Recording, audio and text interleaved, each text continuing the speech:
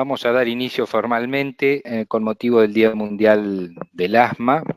Lo utilizamos como una excusa más para poder contactarnos y aprovechar a los expertos que tenemos en la sección. En este caso tenemos al doctor Luis Nannini, que nos va a hablar de las guías GINA 2020, cambios en las recomendaciones de tratamiento. Y después vamos a tener también, contar con la posibilidad de la presentación de las nuevas guías GEMA a cargo del doctor García, y finalizando el doctor Kolodenko también nos va a hablar de asma en el contexto de la pandemia. Vamos a aprovechar a los tres disertantes y vamos a ir recapitulando preguntas durante las presentaciones, que está Ana Stock detrás de la escena tratando de filtrar y de organizar un poco las preguntas que vayan surgiendo para al final también hablar con todo el público presente sobre las dudas que surjan o que quieran compartir con nosotros. Dado que empezamos así un poco desprolijo, vamos a dar inicio y después, si nos acomodamos con los tiempos, hacemos los comentarios y las presentaciones cuando lo incorporemos a Walter también. Así que Luis, si querés empezar, bienvenido y muchas gracias. Cuando quieras empezar con tu presentación. Gracias, Marcos. La idea es hacer un relevamiento de los cambios de GINA que empezaron en 2019, son los cambios más importantes de los últimos 30 años en el manejo del asma. Y a ver si puedo cambiar de... Estos son mis conflictos de intereses. Para saber qué cambios son los más importantes, es bueno ver para atrás de dónde venimos. Y esto apenas 2018, pero en los últimos 10 años habrá cambiado el color, algunas mínimas diferencias a lo largo de los años. Y es importante ver que si yo fuera clínico o médico generalista y tengo que decidir un paciente con asma por dónde ingreso, obviamente el sentido común me lleva al escalón 1 y llamativamente está en blanco, y termina el paciente recibiendo SABA, es decir, broncodilatadores de acción rápida. Y si en alguna oportunidad uno quiere agregar el corticoide inhalado, el paciente se da cuenta que al lado de la eficacia broncodilatadora del SABA, lo abandona y repite, y se genera ese exceso de confianza en los SABA. Y estamos hablando del grupo que involucra al 70% aproximadamente, unos casi más de 2 millones de pacientes en nuestro país solamente. Por eso, si uno quiere ver qué impacto tienen cambios y modalidades y estrategias de salud pública, quizás ahora vemos el impacto que tiene, que estamos todo el día viendo cuántos muertos por coronavirus hay, la variable mortalidad, y en el grupo etario de 5 a 34 años que no tiene diagnóstico diferencial, es decir, no podemos objetar los datos de los certificados de defunción. Y se ve claramente que veníamos en lo que se llamó la década dorada para el asma, con la caída de la mortalidad hasta el 2000, 2006, arranca una meseta que no ha podido ser quebrada. Y el primer descenso es por la incorporación de nuevas fórmulas terapéuticas de corticoides inhalados muy cómodos desde el punto de vista posológico. Y en Argentina vemos lo mismo. En el grupo etario, que tampoco tiene objeciones desde el punto de vista de los certificados de defunción, nuevamente las dos ramas de grupos etarios indiscutibles, con una enorme caída y significativa, pero que se estanca y dibuja una meseta en la última década, es decir, desde el 2006 hasta nuestros días. Y es a partir de fines de los 90 por la aparición de estos corticoides inhalados, la terapia combinada y la insistencia de GINA en la inflamación. Si pasamos a datos en bruto, en Argentina, 40 años, teníamos en el 1987 alrededor de 187 muertes en el grupo etario de 5 a 39 años, y ese número que dice ahí 17 era la cantidad de ventas de unidades de broncodilatadores de acción rápida por cada unidad de corticoide inhalado. En el año 87 solamente disponíamos de beclometasona de 50 microgramos, por eso era difícil instalar la inflamación como objetivo. No teníamos teníamos una sola herramienta y el cromoglicato. Siguiendo en el 2014, ese cociente se iguala, es decir, una unidad de corticoide inhalado por cada unidad de venta de SABA, que en dosis es muy distinto porque hay SABA de 250 disparos y hay corticoide inhalado de apenas 30. Pero vale aclarar que la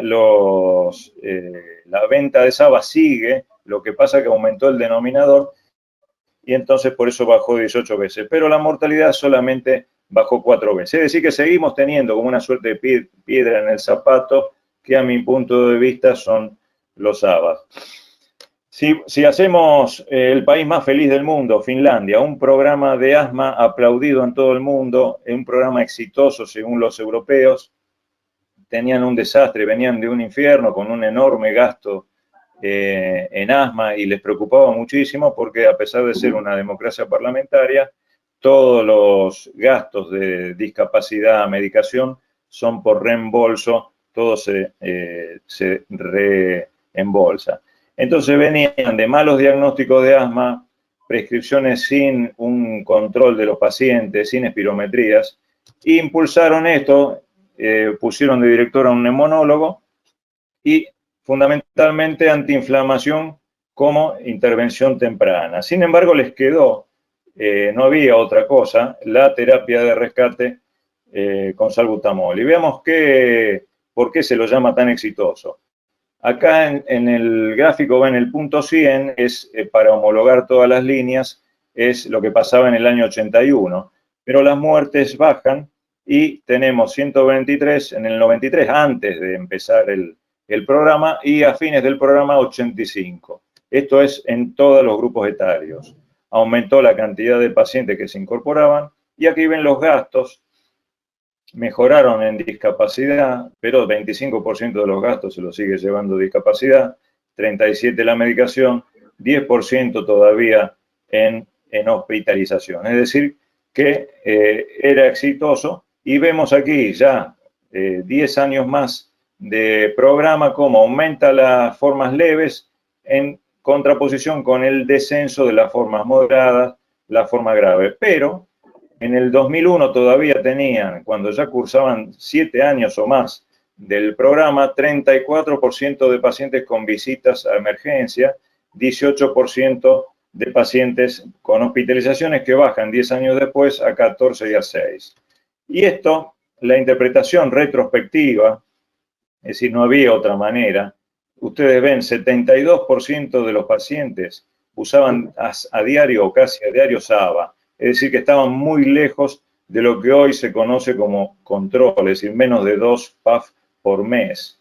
Y en el 2010, por el ingreso de las combinaciones de corticoides, y la bajó a 30%. Es decir, que a pesar de tener el mejor plan, si persistimos en tener el SABA metido en los programas de tratamiento, no podemos atravesar y no podemos quebrar esa meseta, tanto en hospitalizaciones, en emergencias y en control de la enfermedad. Ni hablar en corticoide, donde ven curso de corticoide abajo, 35%.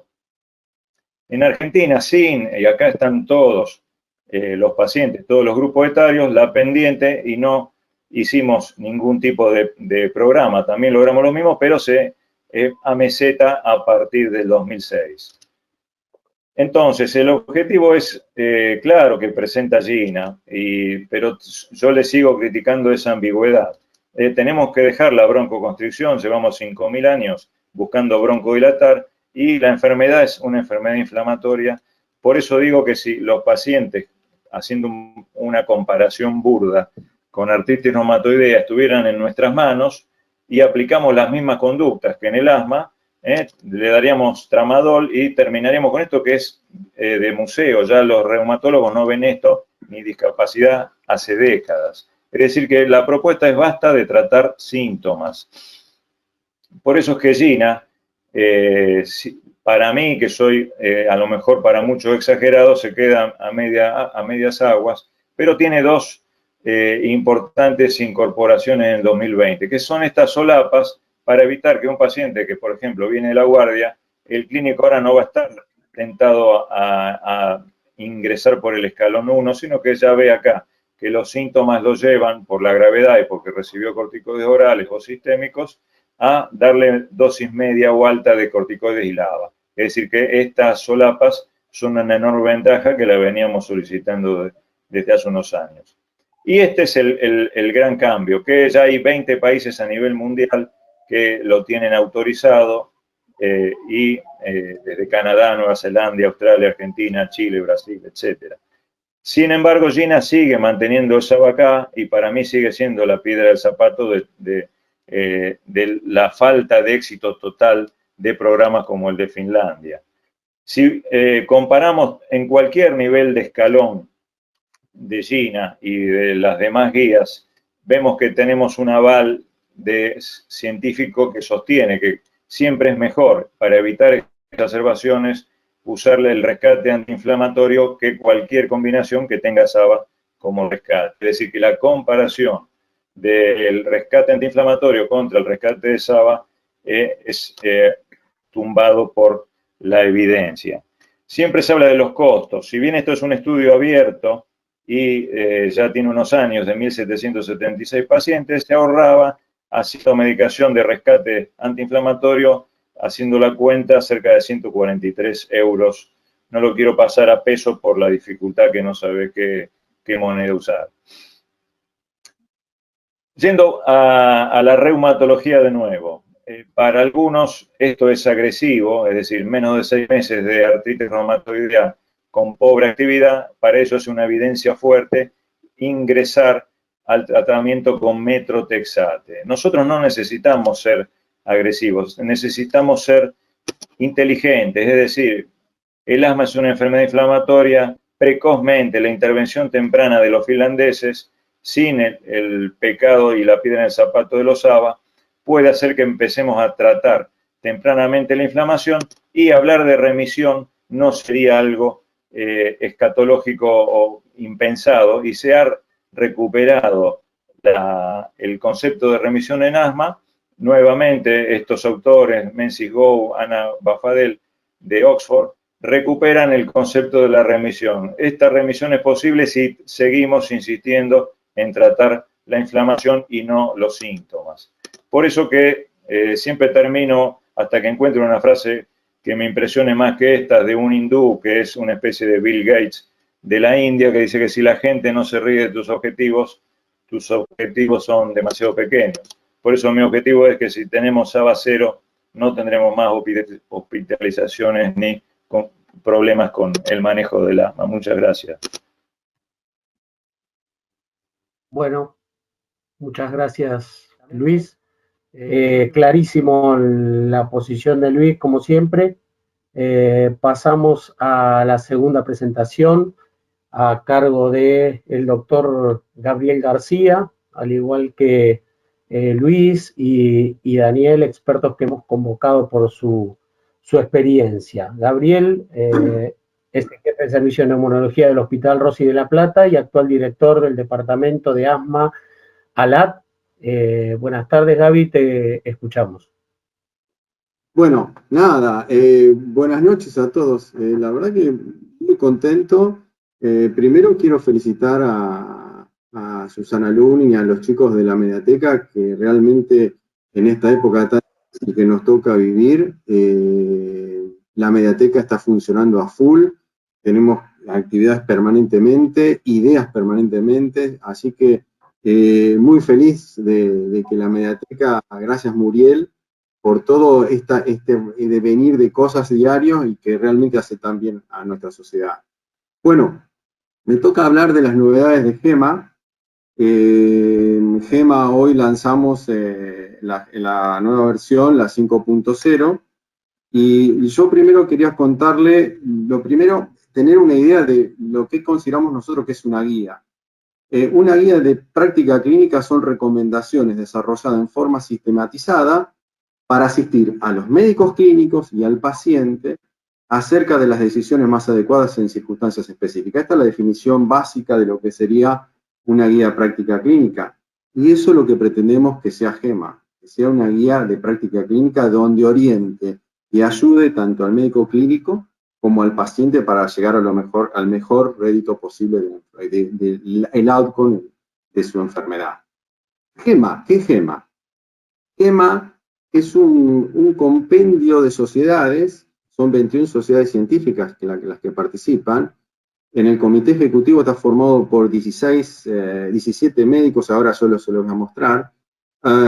Tiene 31 redactores y 60 revisores. Les explico cómo funciona esto. GEMA, básicamente, el comité ejecutivo está representado por las 21 sociedades científicas, que son los que trabajan en el grueso de los capítulos de GEMA. Esto, cada uno tiene su capítulo a designar, y estos se designan después redactores. Estos redactores son los que escriben y le mandan al comité ejecutivo para la revisión. Una vez que toda la guía empieza a estar cocinada, se evalúan las recomendaciones y se envían a Cochrane. Y a lo último, se envían a los revisores externos, que son los que a través del panel de Delphi son los que votan las recomendaciones definitivas. A lo que voy. Hoy en día la guía GEMA dejó de ser una guía tan pequeña como era antes para tener 108 personas directamente involucradas. Cuando hablo del comité ejecutivo es porque yo quiero contar que no está formado por neumonólogos. Hay médicos de atención primarias, hay médicos de atención de familia, un médico clínico, un médico pediatra, un médico de medicina comunitaria, neumonólogo de adultos y de niños, alergólogo de niños, alergólogo de adultos. Hay un farmacólogo, un otorrino, un farmacéutico, un emergentólogo, un representante de la EMEA y un representante de los pacientes.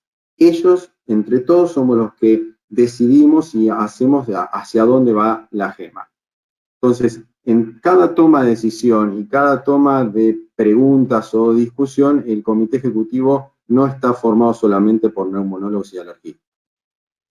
Nosotros desde el año 2019, ALAD es partner de GEMA, o sea, dentro de las 3 sociedades más importantes que tiene GEMA, una es ALAD. ¿Y cómo participamos en esta última versión de GEMA? Bueno, yo estoy como el director del comité ejecutivo y director de un capítulo de asma grave. Los redactores, bueno, fueron Juan Carlos Vázquez, Carlos Celis de Colombia, Manuel Barro de Chile y Miguel Verne de Argentina, y los revisores totalmente independientes que no participaron ni sabían cómo se escribió la GEMA, nada, a ellos les llegó las recomendaciones y la tuvieron que votar por el método Delphi. Fueron Hugo Neffen, Ramón Rojas, Andrés Bertorello, Carlos Torres de Colombia y Jorge Sá.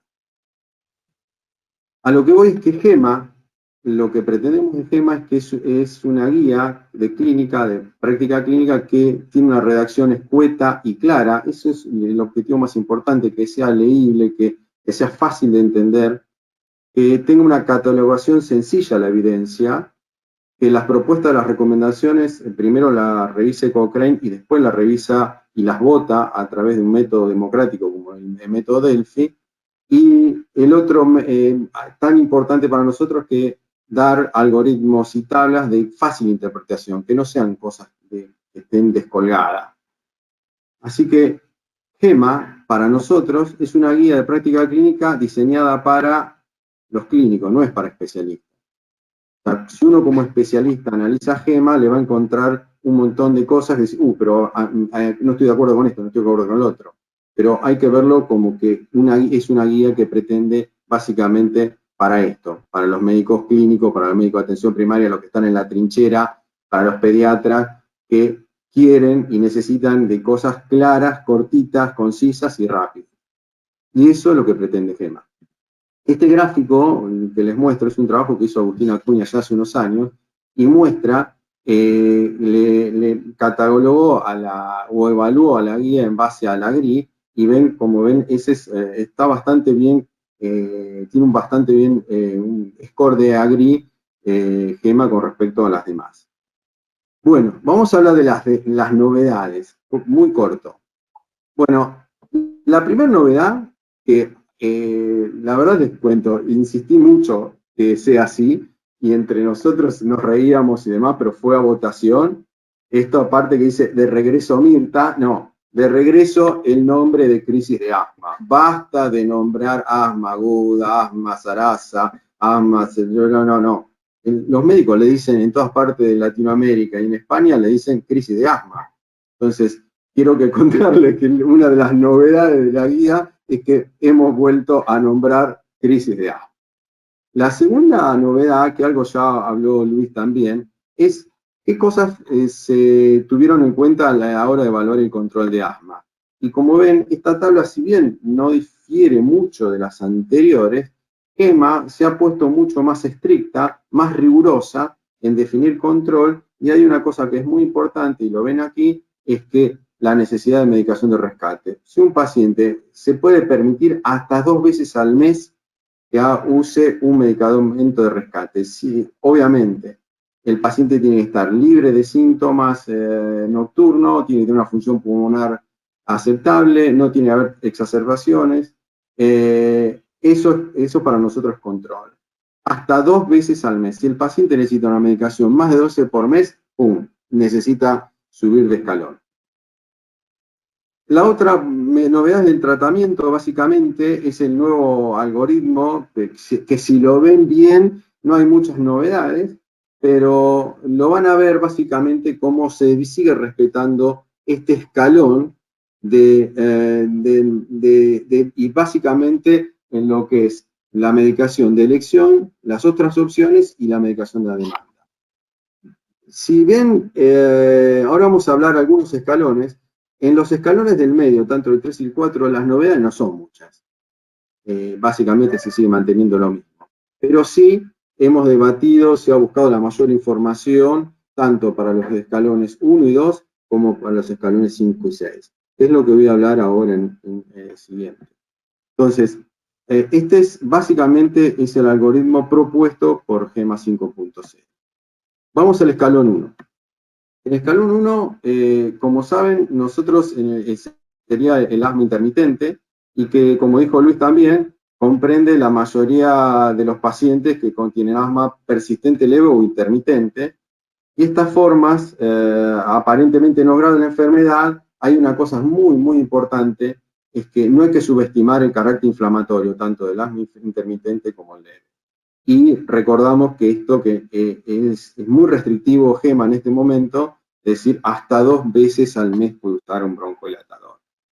Dicho esto, el escalón 1, como ven, van a ver acá, tal como hoy señaló Luis para Gina, acá hay un signo de interrogación en la que ponemos nosotros de elección en GEMA tanto el escalón 1.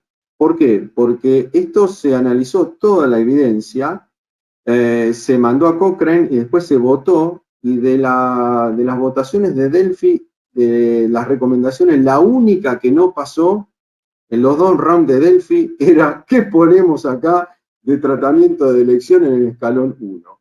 Esto, si me está escuchando Ramón Roja, también debe saber lo mismo, que él estuvo en la votación, y realmente no hubo consenso en la votación del Delphi con respecto a qué poner de elección en el escalón 1 en este sentido. Entonces, ¿qué es lo que se recomienda? Realmente se recomienda usar SABA exclusivamente a demanda, pero obviamente respetando todo esto que les comentaba. El paciente tiene que estar asintomático, mantener una función pulmonar normal. Si el paciente necesita más de 2 veces usar un SABA, ¡pum!, listo, ya está, se acaba, acá se termina la charla y le tenemos que subir de escalón y ponerle un tratamiento regular, ya sea con corticoide inhalado, ¿no?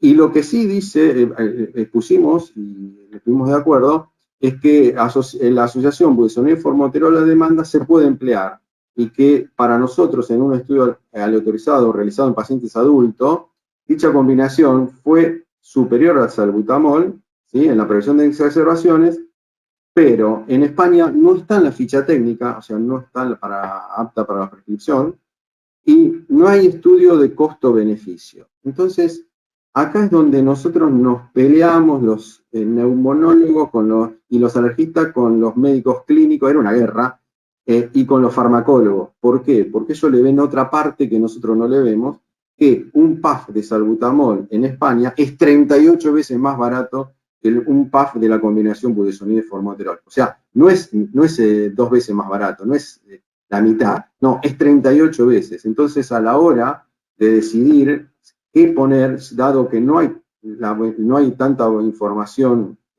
para la evaluación de GEMA, tan fidedigna y tan estricta, se decidió que dejarlo así.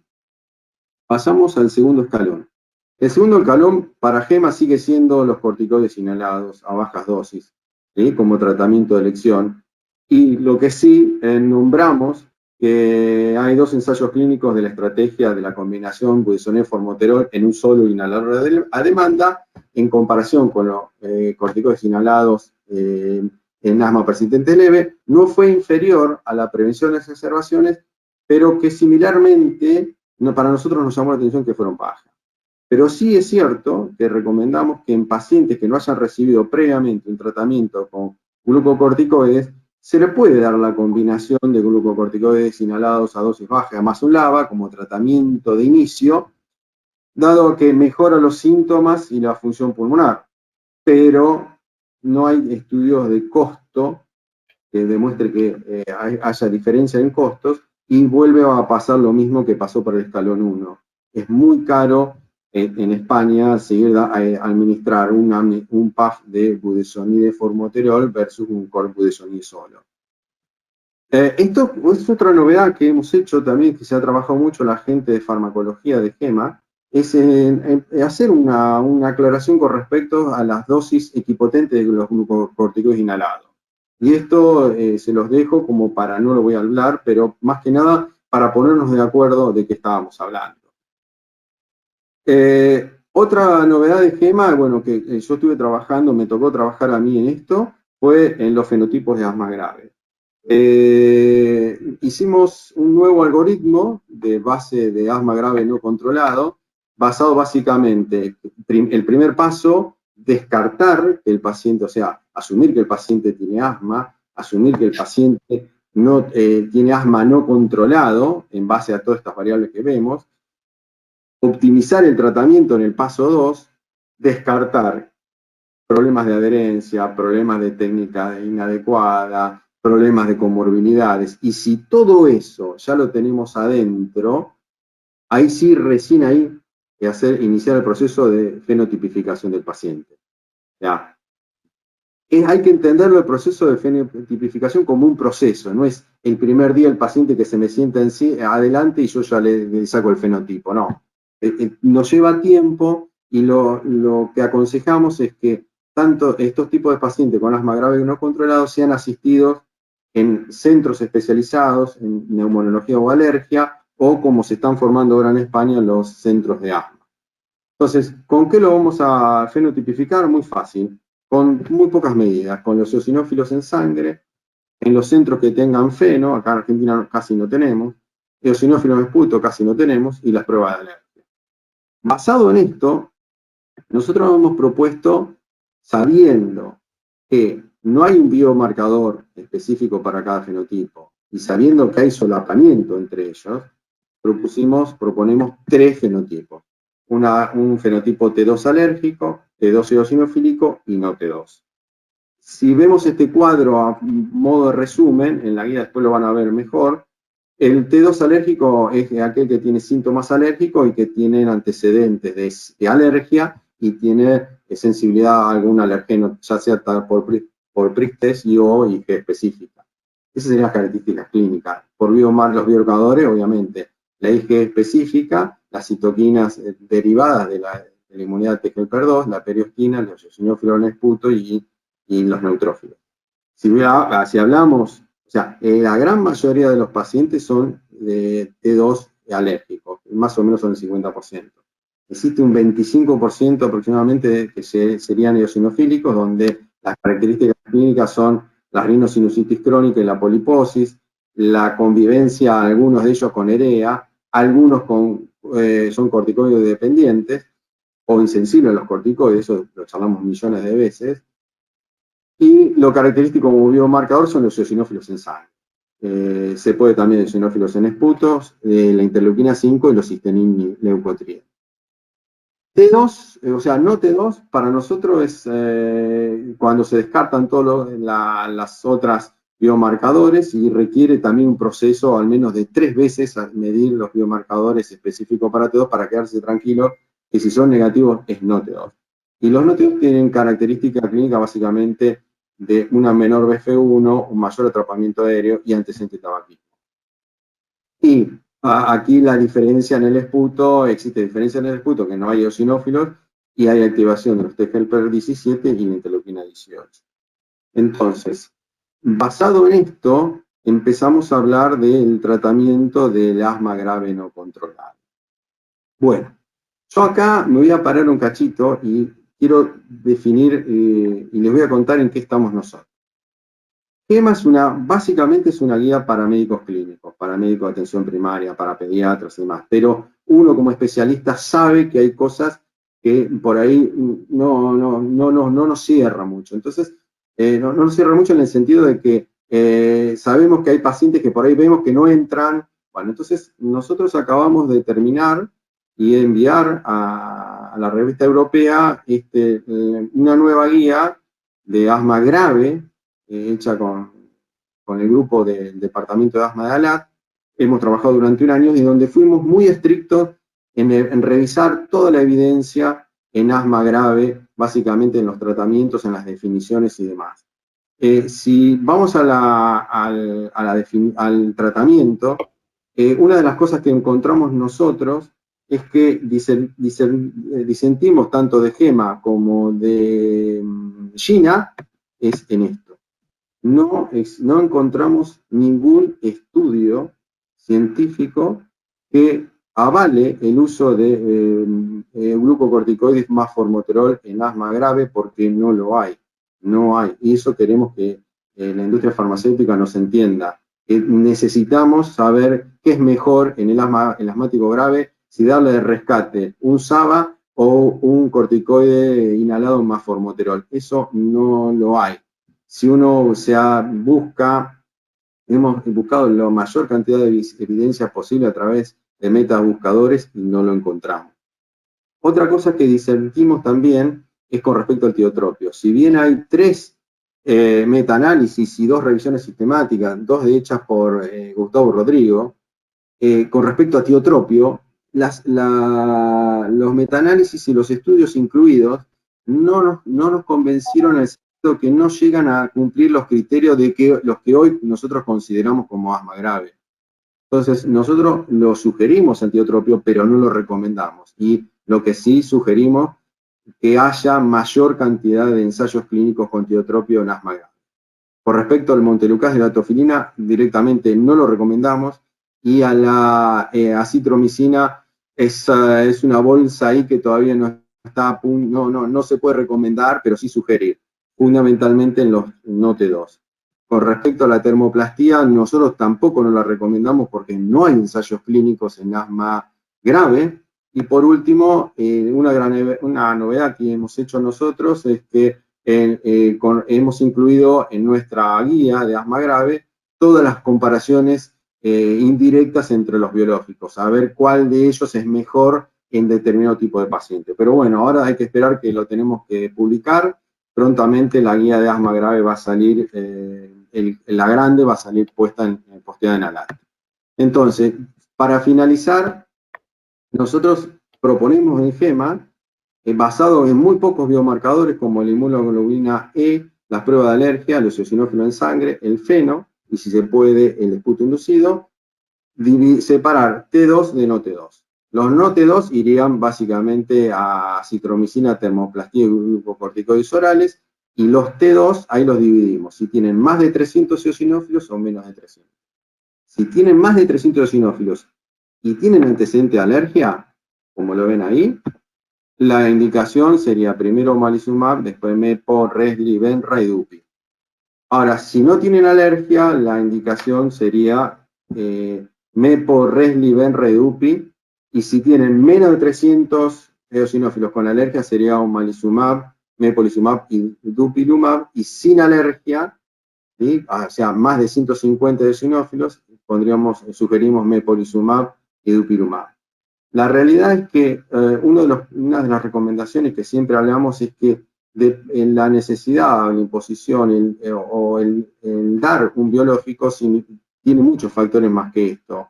Tiene la disponibilidad, si está en cartera, si el paciente lo acepta, bueno, millones de cosas que ya conocen ustedes.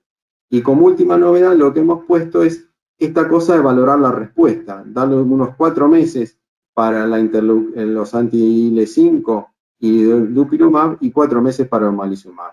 Y jugar en base a las respuestas si sugerimos el cambio de un biológico o continuar con el tratamiento. Bueno, esto han sido todas las novedades de GEMA. Espero que les guste. Realmente nosotros nos hemos sentido muy a gusto, hemos trabajado mucho y básicamente lo que tiene GEMA es eso, es que uno cuando participa de las reuniones como neumonólogo, como investigador, quiere poner cosas y a mí generalmente me pegan un bofetazo y me tiran a la realidad porque es para eso, es para el médico que está en la trinchera, es para el médico clínico, es para el que está teniendo al paciente internado. Así que bueno, muchísimas gracias a todos. Bueno, muchas gracias, Gabriel, a vos por tu disertación, ha sido muy clara. Vamos a pasar a la tercera y última de las disertaciones, a cargo del doctor Daniel Kolodenko, director de la carrera de especialista en neumonología de la Universidad de Buenos Aires. La disertación trata de asma y pandemia. Adelante, Daniel, te escuchamos. Bueno, sabemos de virus en asma, que es la primera pregunta que uno se hace. Se sabe bastante. Sabemos que los virus pueden tanto inducir como exacerbar el asma. Y son la principal causa de exacerbación de asma a cualquier edad. Como pueden ver ustedes, hay infinidad de virus asociados, tanto como la inducción del asma, o incepción, como se dice también en inglés, y virus que están asociados con exacerbaciones. Como ustedes pueden ver, hay tipos de virus, como el sincicial respiratorio o el rinovirus, que están en las dos partes. Pueden inducir, pueden exacerbar, y algunos solamente son capaces de exacerbar. Para darles un ejemplo, el virus sincicial respiratorio son factores importantes en el caso del desarrollo de asma atópica, rinovirus, mientras que los sinciciales respiratorios son factores de riesgo para desarrollar asma no atópica. Esto ha sido demostrado en estudios de largo desarrollo en pediatría fundamentalmente, donde se ha visto claramente que, entre otras cosas, estos virus, entre los alergenos, factores epigenéticos, factores de la madre, son capaces de inducir desarrollo, pero llamativamente de dos tipos de asma diferente. A ver, estoy tratando de controlar mejor la pantalla, pero apareció. Ahí estamos. Este gráfico lo que está mostrándoles es cómo definitivamente el virus sincicial respiratorio está asociado con la inducción de asma no atópica y el virus rinovirus es capaz de producir el desarrollo de asma atópica a través de mecanismos absolutamente diferenciales que suceden en los primeros años de la vida. Así que los virus son elementos relevantes, por más que no los midamos, no los detectemos habitualmente en las exacerbaciones, son elementos claves. Lo interesante de lo que sabemos es que hay básicamente dos tipos de coronavirus. Los coronavirus los conocemos hace muchísimo tiempo, pero uno podría decir conceptualmente dos cosas absolutamente diferentes. Que los que son pandémicos, entre ellos el causante del COVID-19, pero todos los otros no están relacionados con exacerbaciones de asma. Solamente los no pandémicos son capaces de causarlas Sin embargo, cuando uno analiza el tipo de virus que están asociados con exacerbación de asma, son poco frecuentes los que no son pandémicos como causa de las mismas. Llamativamente, este artículo que salió en el New York Times, que obviamente todos los diarios y medios del mundo hacen foco en la pandemia y sus aspectos más detallistas, titula algo bastante interesante. Dice, el asma está ausente entre los principales factores de riesgo de la enfermedad COVID-19, como sugieren datos precoces, cosa que pareciera ser así. Llamativamente, en estas cohortes chinas hay pocas evidencias de la presencia de asma. El asma en la mayoría de las cohortes estudiadas está ausente. Un trabajo producido por David Halpin y Álvaro Agustí mostró eso, explicitó claramente que asma y EPOC están subrepresentados entre las comorbilidades de los pacientes que sufren tanto formas leves como graves de la enfermedad, y emprendieron una explicación que puede ser aceptable o no, por ahora no lo sabemos, que quizás la subrepresentación se deba al subdiagnóstico, o que la enfermedad tenga algún efecto protector, o que el tratamiento de ambas enfermedades tenga un tratamiento protector. En realidad, estos 3 estudios de China, que tienen números variables de pacientes, entre las comorbilidades que ustedes pueden ver, figura de alguna manera la EPOC, pero definitivamente en ninguna de las comorbilidades presentadas por estos pacientes figura el asma. No está el asma no está en ese grupo, no figura, para decirlo como se presenta en el cartel. Pero un trabajo reciente que está en etapa de revisión, no ha pasado todavía el panel de revisión que exige una revista, pero ya está disponible en su versión preliminar. Es una presentación de 16.749 pacientes ingleses que han integrado una cohorte que se llama ISARIC, auspiciada o bajo el techo de la Organización Mundial de la Salud, donde plantean diversas comorbilidades, un estudio muy detallista sobre las características, pero encuentran que el 19% de estos pacientes tienen formas de EPOC, que definitivamente se ha descartado el asma, mientras que el 14% de los pacientes tienen asma, 14% de esos 17.000. Pareciera esto estar absolutamente en desacuerdo con lo que mostramos anteriormente. No sabemos cuál es la explicación, todavía no hay una explicación razonable para el asunto, por lo tanto, es relevante entender que esto sucede y es así.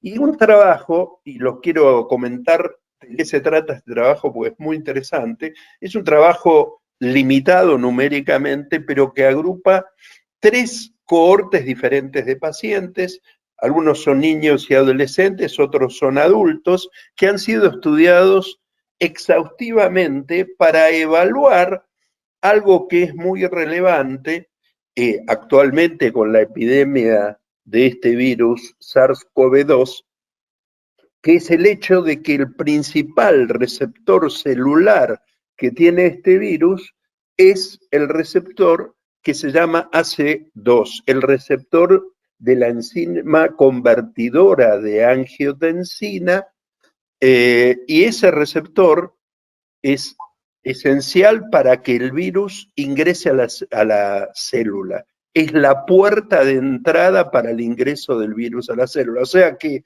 cuando una célula, en principio, tenga muchos receptores, y ustedes saben que los receptores celulares tienen números cambiantes en función de determinados tipos de estímulos biológicos negativos o positivos. Algunos estímulos incrementan el número de receptores disponibles, otros los reducen. Pero la clave de esto es que cuando más receptores tenga una célula para este tipo de virus, mayor ingreso y más fácil le resultará al virus su replicación y su capacidad de producir daño. Entonces el receptor celular del virus es este receptor y es muy interesante. ¿Cuáles son los receptores que reducen la expresión en este estudio de Daniel Jackson que está en prensa en el Journal of Allergy and Clinical Immunology? Recién hablaba Gaby de los marcadores o biomarcadores de asma T2. Bueno, FeNO, cuanto más alto, menos expresión. Nivel de IgE total, cuando más alta, menos expresión. Nivel de IL-13. El número de pruebas cutáneas o RAS positivos y la provocación bronquial específica, o sea, con alérgenos.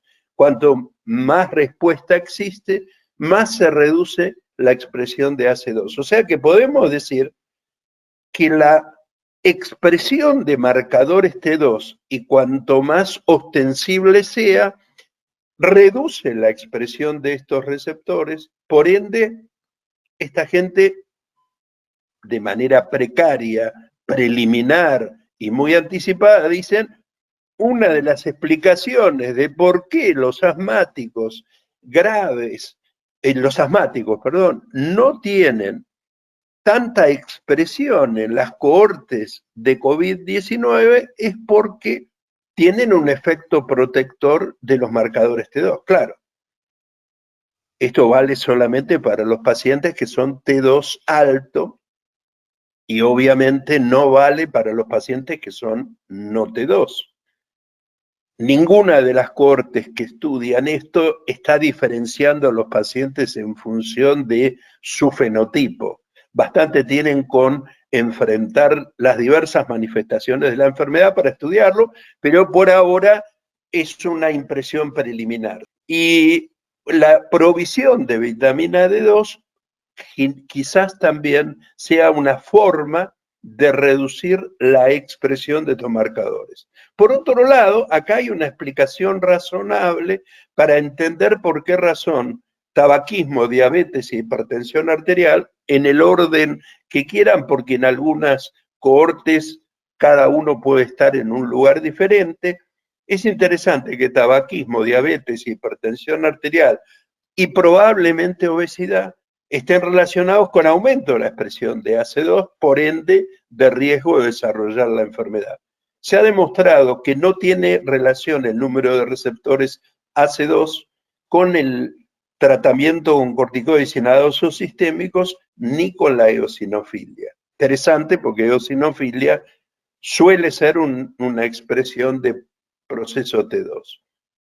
Y recordar esta sugerencia de la Organización Panamericana de la Salud, donde recuerdan que el cigarrillo aumenta el riesgo, por esto que acabamos de explicar, de contraer una forma grave de COVID-19. Y esto de la evidencia Cochrane, que muestra que el fumar aumenta el riesgo de desarrollar la enfermedad y por ende la cuarentena, la época actual es un momento importante para buscar opciones adecuadas para que los pacientes cesen, para que los pacientes dejen de fumar. A diferencia del asma, POC aparece siempre o casi. Hay varios estudios, este es un estudio grande de casi 1.600 pacientes, de 575 hospitales de 31 provincias chinas, donde el riesgo de desarrollar, de presentarse como comorbilidad es mayor de EPOC que prácticamente otras comorbilidades. Y aquí también en este estudio chino, también de la zona de Wuhan, muestra que la representación de EPOC es mayor claramente en función de las formas de la gravedad de la enfermedad, o sea, de la intensidad de la enfermedad. Cuanto más intensa es la enfermedad, mayor representación tiene la EPOC como comorbilidad. Aquí la pregunta del millón, estamos dirigiéndonos a médicos que están en el frente, que están atendiendo pacientes de manera directa o de manera telemedicina, en modo telemedicina, Y la pregunta es cómo hacemos con los asmáticos. Voy a hacer un recorrido rápido. Claramente todas las recomendaciones son parecidas. Gina dice claramente que los pacientes deben continuar con el tratamiento tal cual e incrementarlo si el asma no se controla con las dosis indicadas, e incluso se puede reducir a medida que uno va controlando los pacientes de cerca. Pero tampoco los corticoides son óbices a ser continuados, incluyendo eso a las terapias biológicas, porque las terapias biológicas, por otro lado, uno de los principales éxitos que han demostrado es limitar la necesidad de usar corticoides. La mayoría de las guías recomiendan no utilizar equipos de nebulización para evitar la contaminación posible y se sugiere como dispositivo preferido el inhalador de dosis medida presurizada. Mientras está tratado ese paciente con un ataque severo, el tratamiento de mantenimiento debe seguir, incluyendo, uno diría, bueno, pero la medicación para la rinitis déjela por las dudas. No, debe tomarla porque a veces la rinitis es más intrusiva en la vida cotidiana del paciente que el propio asma. No se recomiendan pruebas de espirometría rutinarias, salvo excepcionales para evaluaciones de pacientes en situaciones de riesgo. La guía NICE inglesa, que es una guía de altísima calidad y muy dirigida a especialistas, sugiere seguir utilizando corticoides y nada, o sea, dice exactamente lo mismo, incluyendo los corticoides sistémicos, o sea, con niveles de respaldo mucho mayor. Respalda también, al igual que Gina, el uso de tratamiento biológico. Y la pregunta que uno se puede hacer, pero yo puedo empezar en esta época con un tratamiento biológico. Bueno, uno tiene que equilibrar los riesgos y beneficios. Si el tratamiento se da en un paciente muy bien estudiado, en un paciente que está bien evaluado y que uno tiene claro que no tiene asma, que cumple con el tratamiento inhalado, que lo usa perfectamente y es regular, uno podría evaluar esto porque este paciente a lo mejor está usando recurrentemente corticoides sistémicos o tiene factores de mortalidad porque se exacerba frecuentemente. Entonces uno puede empezar el tratamiento incluso durante esta época, tomar esas decisiones. Y también permitir como un desideratum la autoadministración del paciente para que se administre la dosis o per se o en su domicilio, porque esto facilitaría que el paciente evite su concurrencia a un centro de salud. La Asociación Americana, la Academia Americana de Alergia, Asma e Inmunología, bueno, hace una página muy interesante para pacientes. Dice, responde a mitos y realidades acerca del asma. Entonces, muy interesante porque esto es transmitible a los pacientes. Primer mito, quienes tengan asma tendrán una peor evolución. No es cierto. Quienes tengan asma tendrán más fácil una infección con este virus. No es cierto. Y los corticoides, tanto inhalados como orales, están contraindicados. Otro mito más. Y aun cuando el CDC, el Centro de Control de Enfermedades de Estados Unidos, diga que los pacientes con asma moderada y severa presentan mayor riesgo, no hay ninguna evidencia que esto sea cierto. Puede ser que haya por ahora datos notables en la mayoría de las cortes de que el asma no es un factor de riesgo, salvo el estudio ese inglés que les mostré antes, pero podría estar cambiando. Esto es razonable, esto es algo que recién conocemos y hay cierta precariedad en el conocimiento. El mensaje más duro, que uno lo pone en letras de molde dirigido al paciente, siga usando su medicación que le indicó su médico, no la suspenda. Las recomendaciones más fuertes es que uno trate en la medida de lo posible de acceder al contacto con el paciente de manera regular, particularmente con pacientes graves, con recursos de telemedicina o todo tipo de sistemas que le permitan comunicarse con el paciente de manera virtual. Entonces, para ir sintetizando, estamos ante una pandemia de alcances y consecuencias que realmente son inéditas. Los datos de asma como factor de riesgo son contradictorios, más bien a la baja. Las recomendaciones de las sociedades médicas son muy coincidentes y proponen mantener el tratamiento tal cual.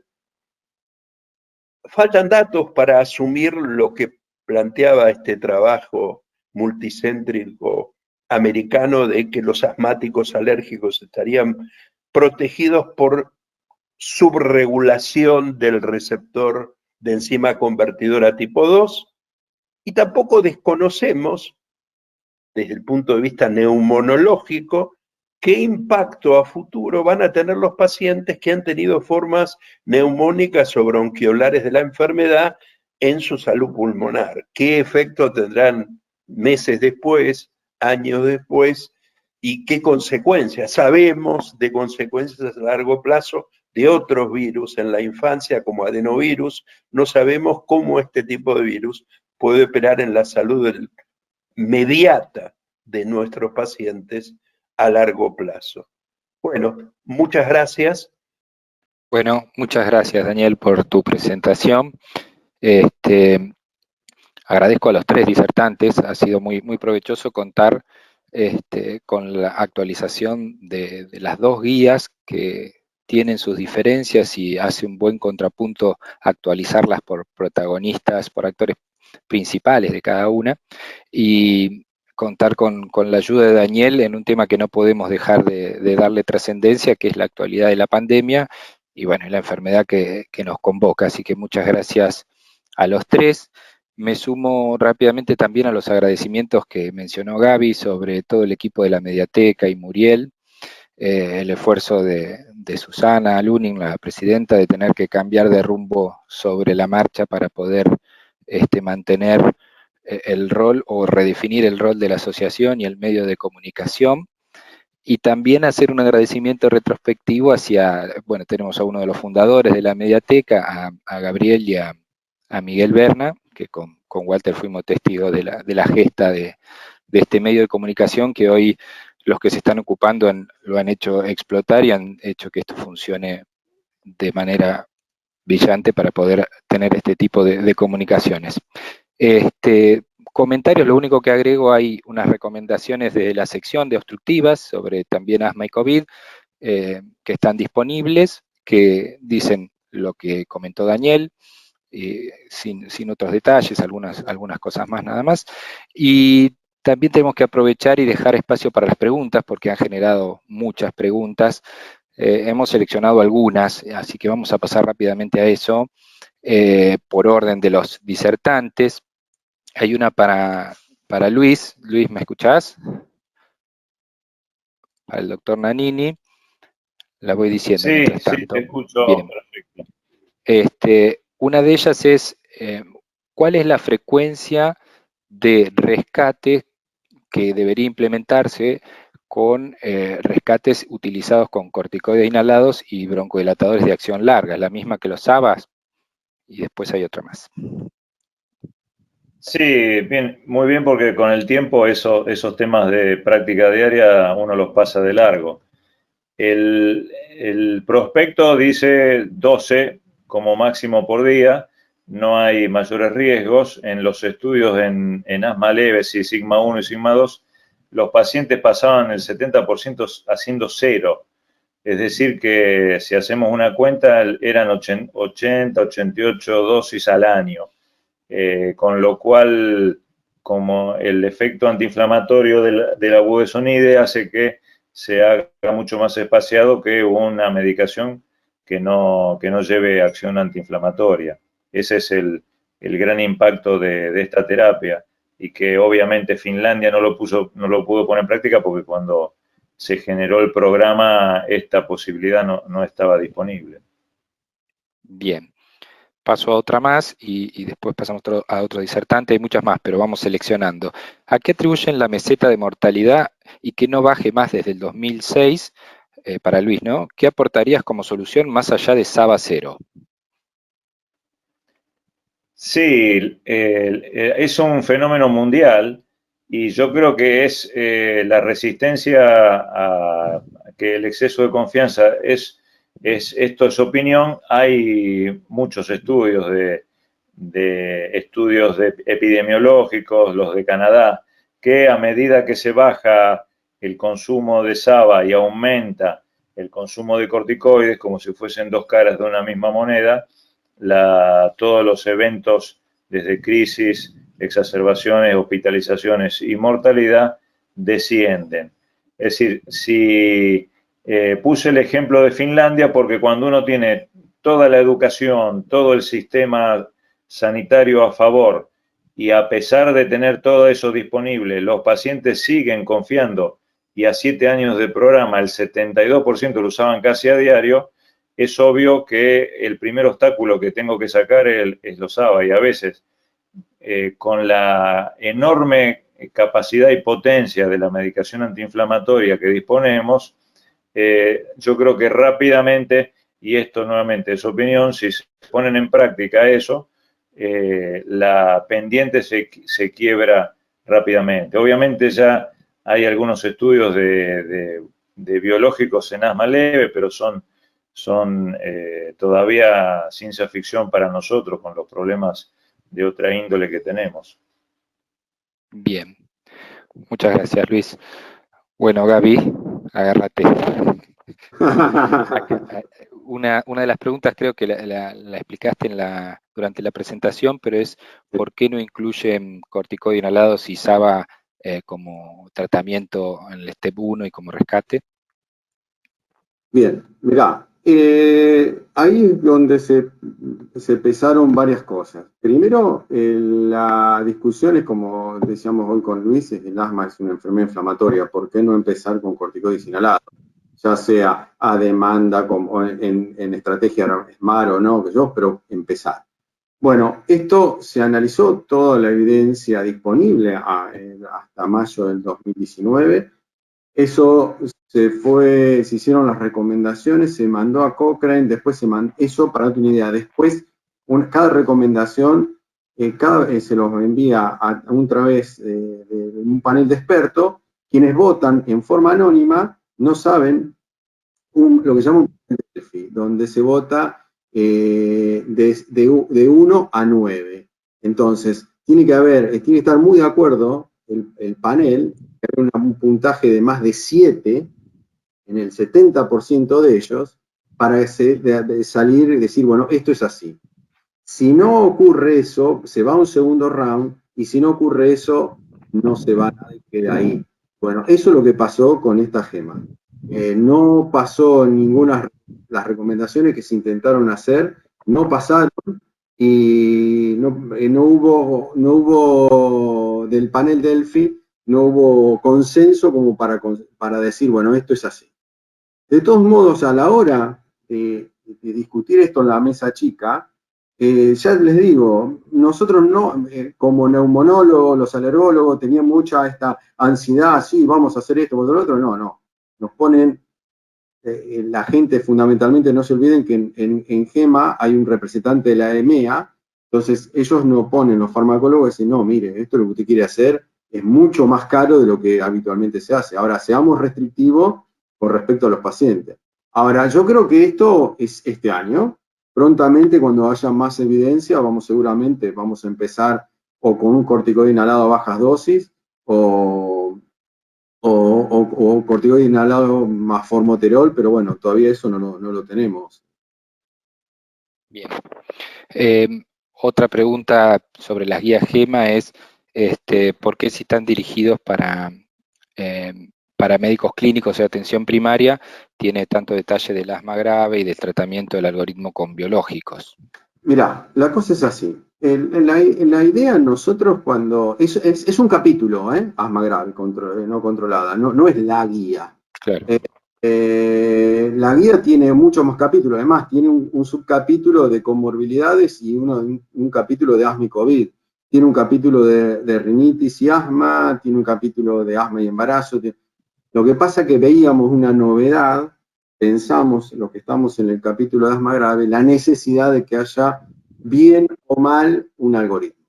Entonces, creo que lo novedoso y la apuesta, por ahí el gran desafío era decir, bueno, tenemos que tener un algoritmo. Por eso yo hice hincapié en esto, pero la guía, la base de la guía es la otra. ¿Qué le dimos a los clínicos?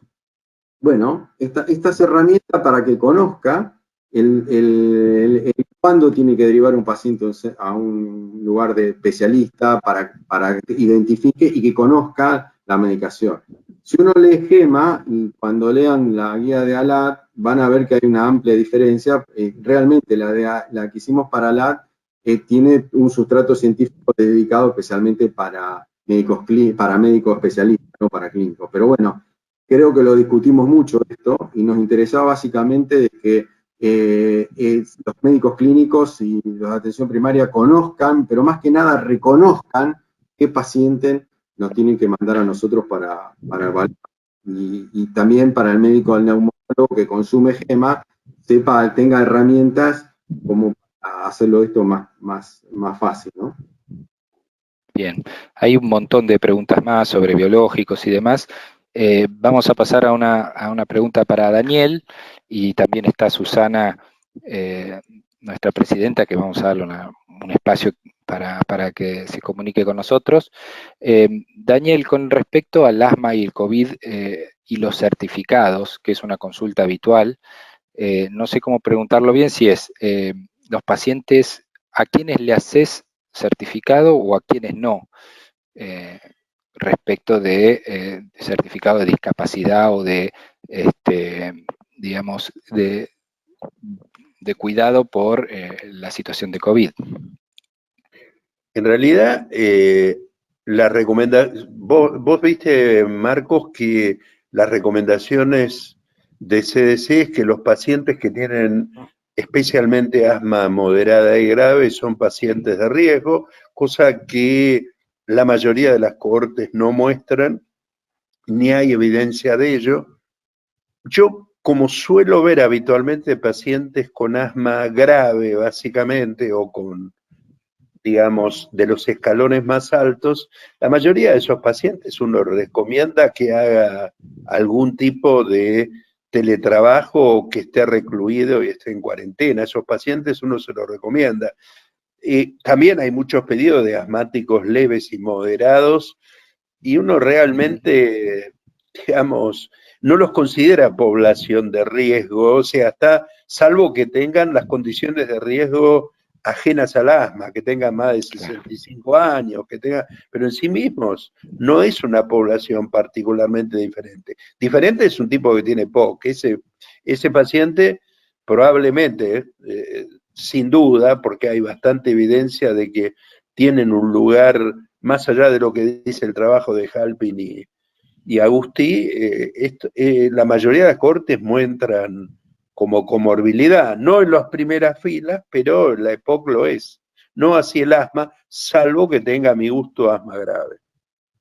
Bien, sí, con eso de EPOC, mencionando el EPOC, me das pie para también hacer mención que el 19 de mayo vamos a tener otra webinar relacionado a EPOC y la pandemia. Susana, ¿estás por ahí?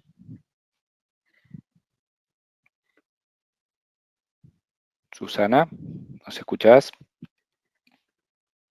Si no, mientras aprovecho. Ahí estás. Sí, perfecto. ¿Cómo estás, Hola. Susana? Bienvenida. ¿Cómo está? Bueno, muchísimas gracias. Bueno, yo solamente no quiero quitar espacios para las preguntas. Primero felicitar a los disertantes espectaculares. Creo que han tocado temas sumamente importantes, y además es importantísimo esto de la tranquilidad que podemos llevar. Bueno, la tranquilidad con las salvedades que decía de las realidades que dijo Daniel, a los pacientes asmáticos que, salvo los que a lo mejor nos piden muchos certificados de licencia extraordinaria, pero la verdad que la mayoría están preocupados. Bueno, no me puedo perder la oportunidad de agradecer al padre de la Mediateca, porque realmente, y ahora me doy cuenta por lo que vos dijiste, Marcos, que están los tíos de la Mediateca. Marcos y Walter son tíos de la Mediateca.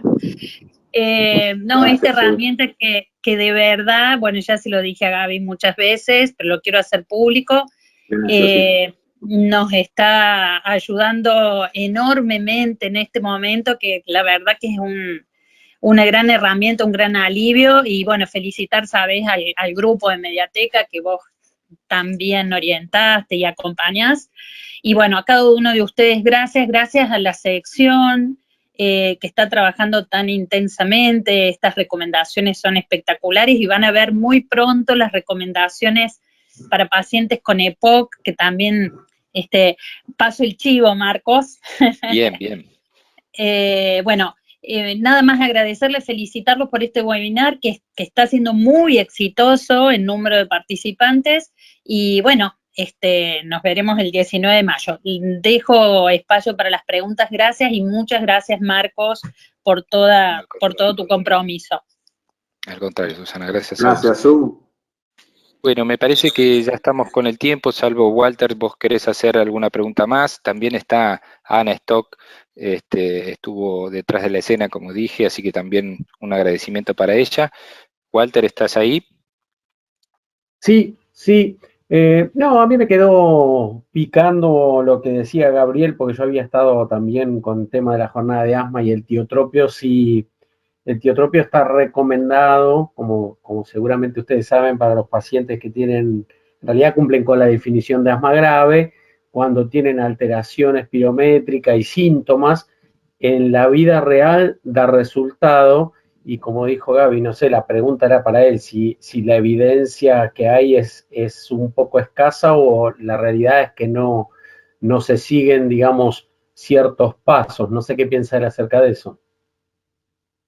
Mira, Walter, nosotros estamos sorprendidos de que la evidencia que encontramos era poca. Nosotros, la guía nuestra está basada básicamente en lo más pesado de la evidencia, que son los metaanálisis y las revisiones sistemáticas. Yo creo que por eso nosotros llegamos a la conclusión de sugerirlo, pero más que nada instar a la industria para que haga trabajos científicos con la triple combinación en asma grave. Porque si uno ve los estudios con LAMA en asma, son con definiciones viejas de asma grave. Nosotros estuvimos 3 meses para pelearnos, para ponernos de acuerdo cuál era la definición de asma grave. Tuvimos que aprender muchas cosas, pero una de las cosas que aprendimos es que si uno busca y le saca punta al lápiz, se da cuenta de que muchas cosas que uno ya tiene en la cabeza metida no son tan así.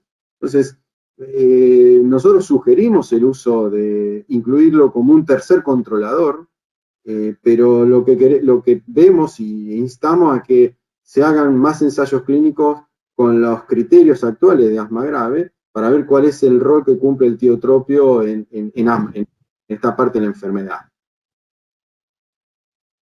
Gracias. Bien. Bueno, me parece que ya estamos para dar por finalizado el evento. Realmente estoy muy contento con cómo ha salido y todas las dudas que hemos ido resolviendo. Quedaron muchas por resolver. Sinceramente vi un listado de preguntas enorme, pero bueno, ya llevamos un tiempito y creo que podemos cerrar acá. Muchas gracias a todos nuevamente. Gracias por haber estado en esta reunión.